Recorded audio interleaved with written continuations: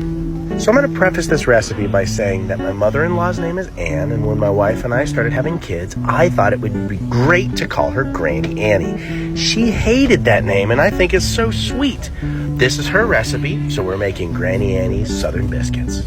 First, you add all-purpose flour, some wonderfully healthy Crisco, nice heaping spoonfuls. Cut them together evenly until you have nice even clumps.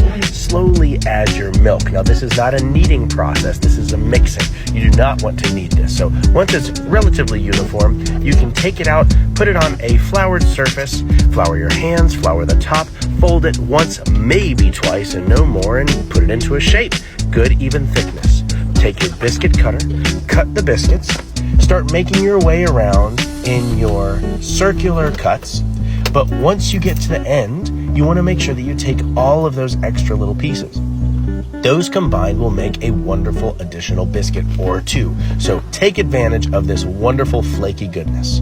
Once you have the right shape, they're relatively even in thickness and in diameter, place them onto a cooled skillet, room temperature skillet. That skillet will then go into your Fontana oven. I preheated mine to about 500 degrees or so. Then once the oven is up to temp, turn the temperature off, allow the residual heat to bake the biscuits. Once they come out, take some salted butter, scrape it over the top, get that nice lipid sheen, and you have some fantastic biscuits. Enjoy.